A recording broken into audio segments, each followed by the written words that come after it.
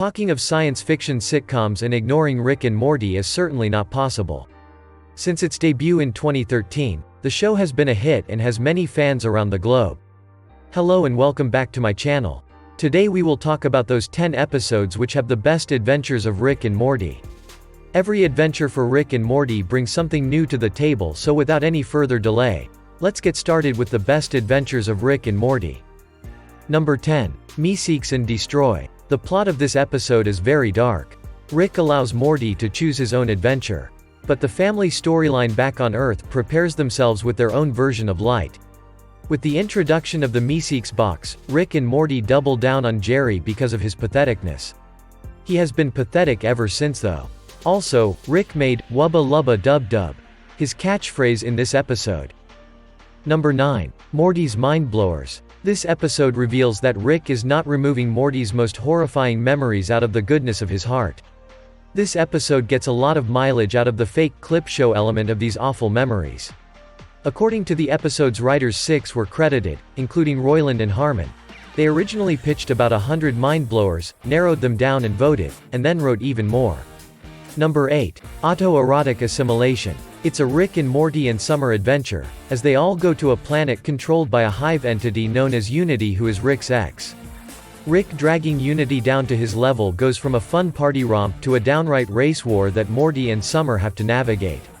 As Rick's self-centered, self-destructive nature has been an integral part of the series since the start, here we see how it can affect someone that loves Rick romantically and how that realization can affect Rick. Number 7. The Wedding Squanchers. A lot about Rick and Morty shouldn't work, especially on an emotional level, when you consider how absurd it is. For example, the friendship between Rick and Birdperson. Or even the Birdperson and Tammy romance, considering how it was formed. And yet the wedding toast which Rick gave, worked. As does Birdperson's stunned reaction to Tammy's betrayal on what should have been the happiest day of their lives. Ultimately, this is all a means for Season 2 to end with Rick sacrificing himself to the Galactic Federation to protect the family, though Beth simply thinks it's her father abandoning her again. A bleak ending to a bleak season of Rick and Morty, with a major status quo change set for Season 3. Number 6. Rixty Minutes. Don't mess with the original. While Rick and Morty has gone to the sequel well a couple of times when it comes to interdimensional cable, there's just something about the original episode that stands a cut above the rest. Perhaps it's because of the almost improvisational tone that Roiland brings to his voice acting in this episode. But in addition to the interdimensional cable aspect, the episode also features Morty revealing to Summer the truth about his identity. If you are wondering that all the best ones are already covered, then you might be wrong. Stay till the end of the video to find out my personal best adventurous episode of all time.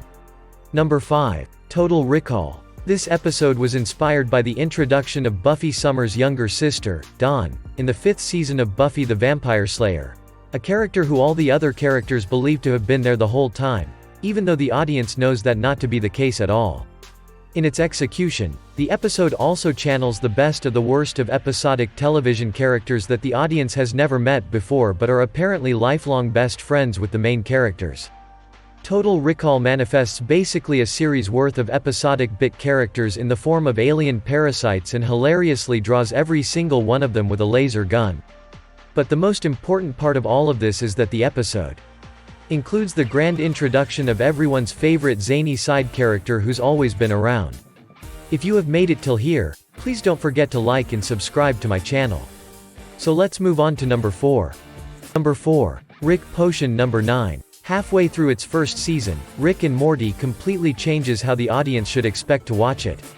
A seemingly run-of-the-mill episode about Morty using a love potion leads to Rick and Morty having to abandon the Earth they and the audience know as theirs, move on to a new, similar reality, kill the Rick and Morty from that Earth, bury their bodies in the backyard, and assume their identities. It's a bleak ending to the episode, especially since it isn't treated as a one-and-done moment but instead something that, at the very least, affects Morty moving forward. Number 3. Lawnmower Dog. The Rick and Morty pilot could be a bit of a difficult entry point into the series, as it's about as much the opposite of a premise pilot as one can get, almost in a Rick-esque attempt to keep the audience at arm's length from the jump. But those who stuck along for the cosmic ride were immediately treated for their patience with the Lawnmower Dog.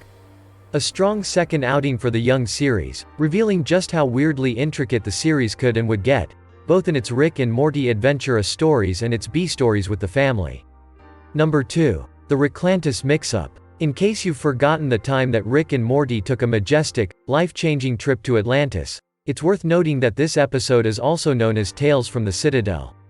While Rick and Morty spend time in the Lost City off-screen, the series checks in on the Citadel of Ricks in the aftermath of the death of the Council of Ricks.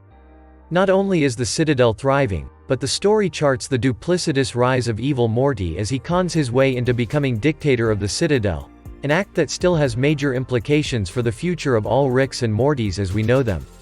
This is also arguably series co-creator Justin Roiland's most impressive episode yet, as the near-sole voice actor of the episode. Number 1. Pickle Rick. This is the best episode of the show, which has won the series its first Emmy. The premise is simple. Rick gets into a pickle and becomes the star of his very own hyper-violent action film. All as a means to avoid dealing with his fractured family and therapy. While Rick ultimately makes it to therapy to explain his self-centered worldview at the tail end of a session that pinpoints him as the root cause of his family's issues, that doesn't magically fix everything.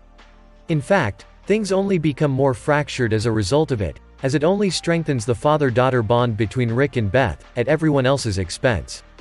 Not bad for an episode about an anthropomorphic pickle. Well, that was it for today. Did you miss your adventurous episode? Let us know in the comment section. If you enjoyed our video, please like and comment on this video. Also, subscribe to our channel and press that bell icon so you don't miss out on any future videos. We'll meet you in the next video with some more amazing content. Till then, take care. Goodbye.